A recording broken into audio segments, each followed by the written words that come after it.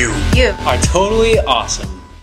Welcome to You're Totally Awesome, a podcast devoted to catching up with some of the amazing people around us and finding out what they've been up to lately. My name's Aaron, and today we're joined by one of my oldest friends, if not oldest friend, Adi Kamdar. Adi, thanks for joining us today. Yeah, it's good to be on your show. It's good to be on a video chat.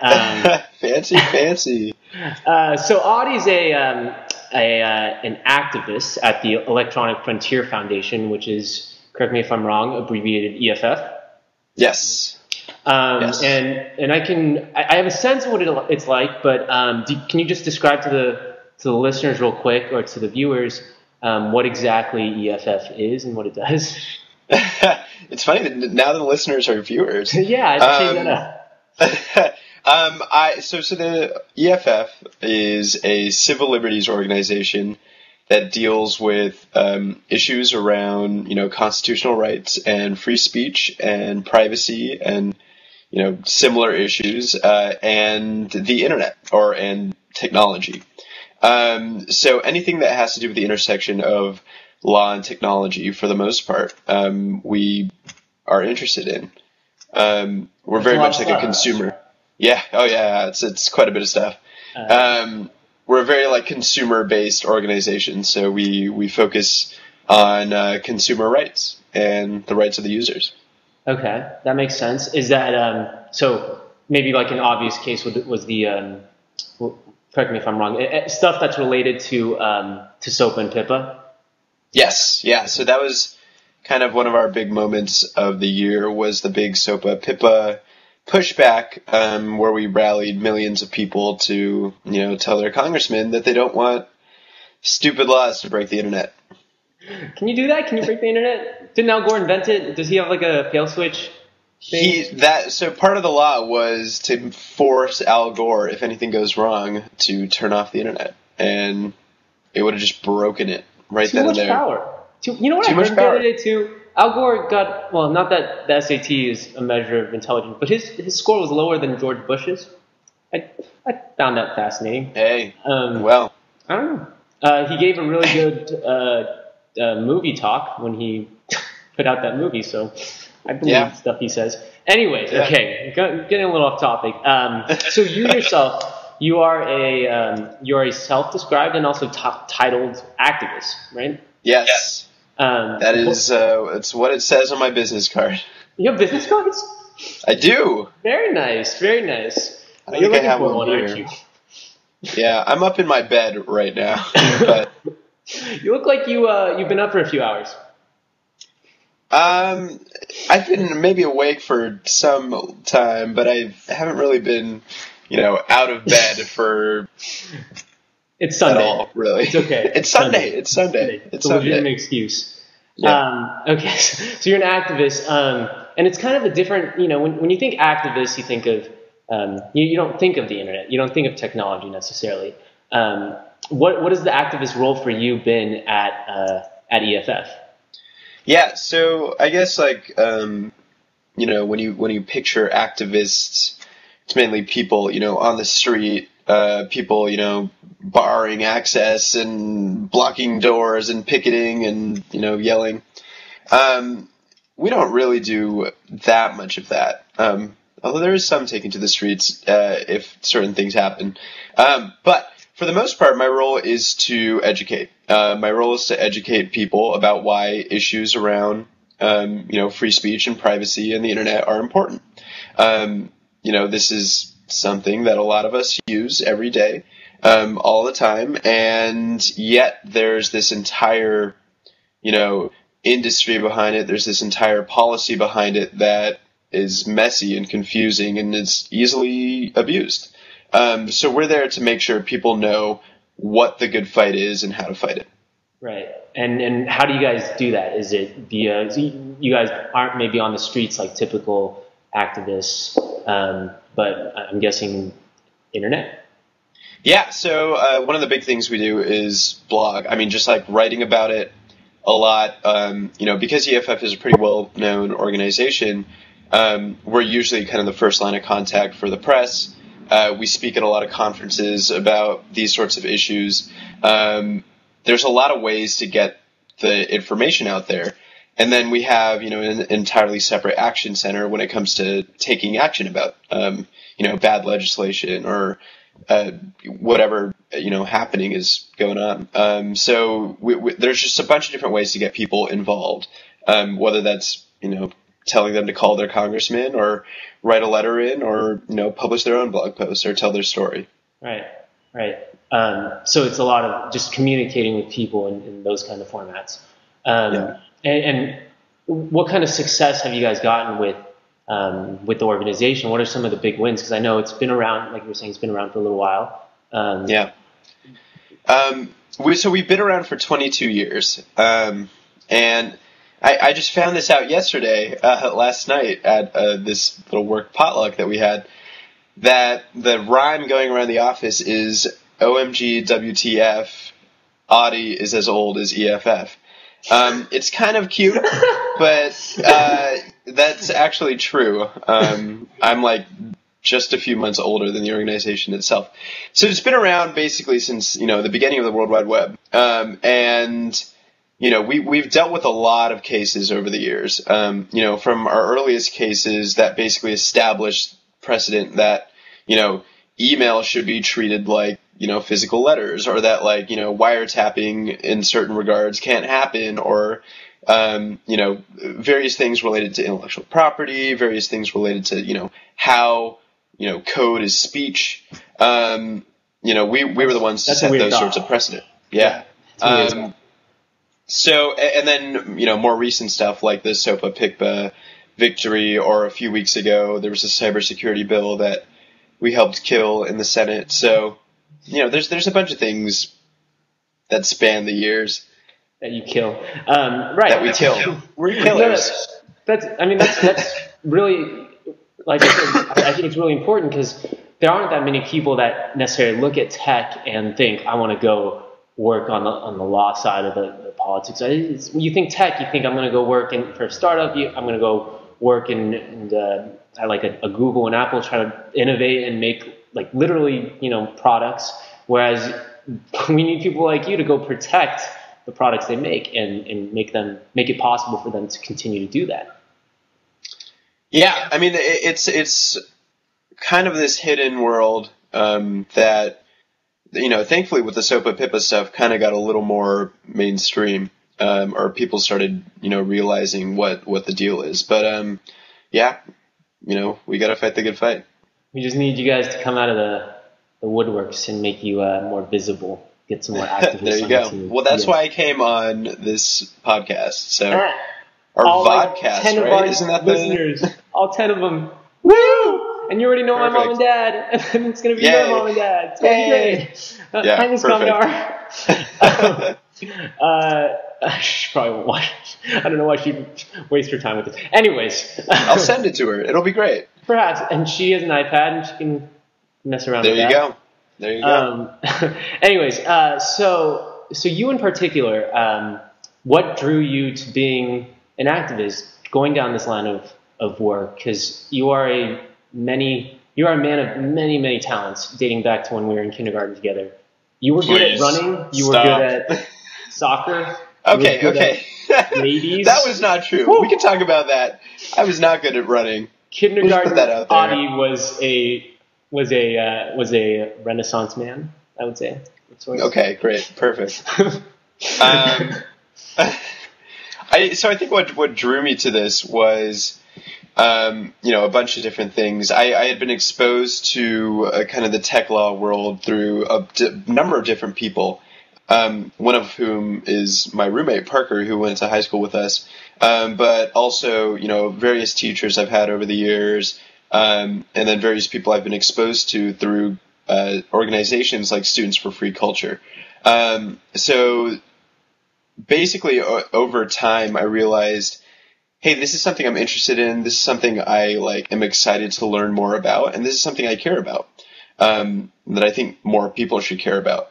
And you kind of develop a passion that way, or you kind of find your little niche. And I think it's it kind of goes to exploring how people become passionate about what they are passionate about.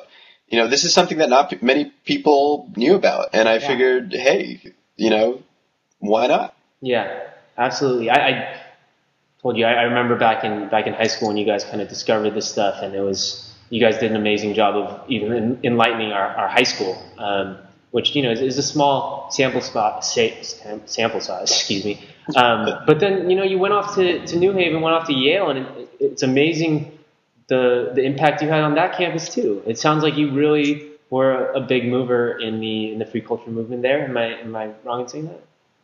I started up the free culture group there, and no big deal. Started. I guess I joined the board of Students for Free Culture afterwards, and most recently we actually just had the election, so I'm no longer a board member. Passed the torch along. No, I didn't run. I figured it was time to move on. You're no longer a student. That makes sense. No longer a student. It's true. Always, I'm a student of life. Yeah. Well put. The tuition's a little cheaper. This is true. This is very true. Yeah, seriously. And then you decide to go into this line of work, and it's weird to call it work, but just like activism. It's work, I promise. Oh, of course. No, stop. You know what I mean. Tell me what Mrs. and Mr. Kamdar said. Tell me what when you're explaining this, and much like, because the reason I ask is much like other people, when you're explaining it to them, like, are they just kind of like, the heck? Yes. It makes for interesting, bar room conversations. Like, oh, hey, what do you do? Oh, I'm an activist. What? I'm a civil liberties activist. I have no idea what that means. What? Yeah, so it's kind of funny. They've been very supportive this whole time. Obviously, telling someone you're going to be an activist, telling your parents you're going to be an activist is kind of a scary thing to do. But I think they realize that not only am I passionate about this sort of stuff, but it's also a nice, it's an awesome place to work, and it's a good, role to be in at this stage in my life. Who knows what the next step will be. If there is a next step, if I, don't stick with this. But there's a lot of, different paths that this sort of thing opens up. Because basically what it is forcing yourself to understand these complex topics and then being able to relay them to normal people. Which is, I think an unbelievably crucial skill. It reminds me of science writing. Like, I feel like there needs to be a lot more of those in the world, because someone needs to, dumb it down for us, I guess, make it clear for us. What's one project you're working on in particular right now with EFF? So one project that's taken up most of my time right now is called the Open Wireless Movement. And that should be launching, somewhat soon. But what it is a movement to get people to open up their wireless networks. So this doesn't mean necessarily, nobody password protect your wireless anymore, but it's basically, we're working on technologies to make it so that people can take their wireless network, portion off a little bit of it to be, free and open to the public.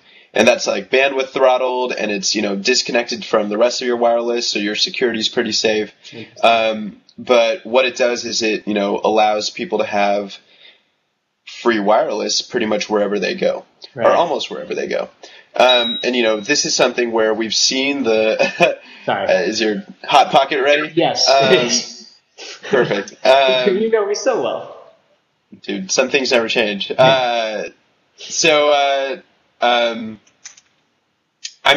seen the benefits of having free wireless at places like airports and cafes, and, it could serve as a, reason for, or an advertising thing for businesses, or, a reason for people to go to one cafe over another. But, it's also just, a public good issue.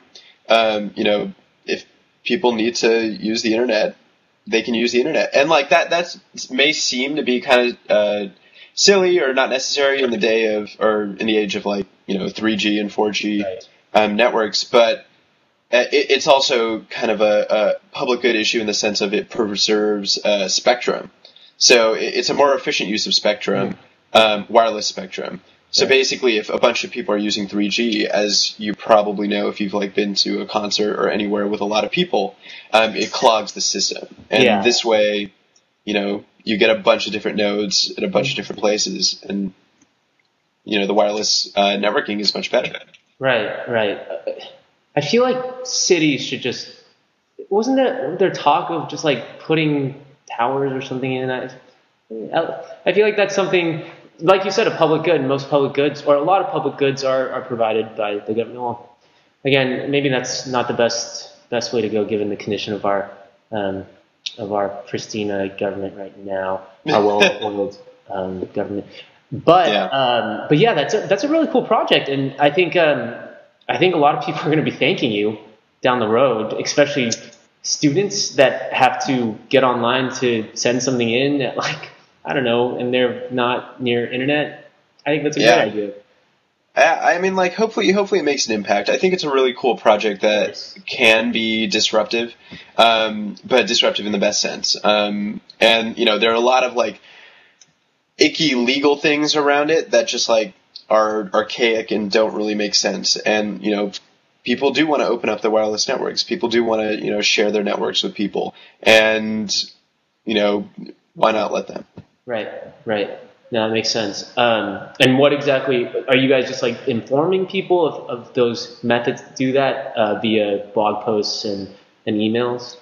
Yeah, so we're actually creating a site, or it's pretty much done, and we're working with What's that? I will definitely link it on the post. I got it. Great. Yep. It's openwireless.org. It's not quite live yet, but we have a splash page. But basically, we're working with a bunch of other folks. We have a huge coalition, or a growing coalition. It's not huge quite yet. But it's a bunch of people who are. Is there a number between growing and huge? Huge and growing? Yeah. One is dynamic, while one is more, it's a static assertion. Like an ocean versus a lake, kind of. It's like it's like a shark's mouth. Let's just end with that. Yeah, it's like a shark's mouth. Got it. Full of teeth. Yes. And anyway, so we're working on not only educating people and informing people about it and how to do it, but we're also working on the technology end of things and trying to make a way to easily, configure your router to portion off bandwidth safely. Okay.